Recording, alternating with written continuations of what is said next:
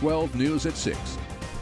It's a busy week of college basketball in Kansas. Today in Manhattan, the Kansas State Wildcats officially introduced the new head coach of their men's basketball program. Yeah, and of course, March Madness kicks off this week. The Jayhawks have qualified for the tournament, 36th year in a row. They'll head to San Diego for their first round matchup. Wichita State just one game away from qualifying, but postseason basketball will still be played at Charles Koch Arena. Jacob Albrock joins us as the Shockers get ready to play in the NIT.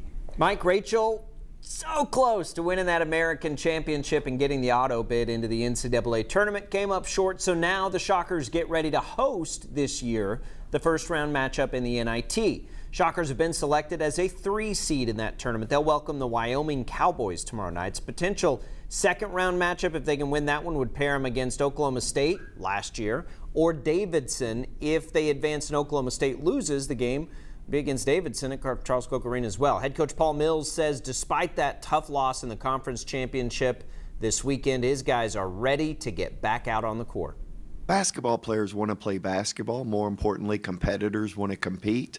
And I just never thought there was going to be an issue with passing up an opportunity to continue to play basketball. I've heard from a number of coaches who just called me today and, expressed their remorse for us not being able to win yesterday. And the common theme with a number of these coaches is says, you look like you really like your group. And I do. And because I like my group, I'm glad we get to continue the opportunity to play. So again, the Shockers' first round matchup tomorrow against Wyoming. It's a quick turn. Tip-off from Koch Arena will be at 6 o'clock. You can watch it on ESPNU. We'll have live coverage and get you all covered from the game. Mike?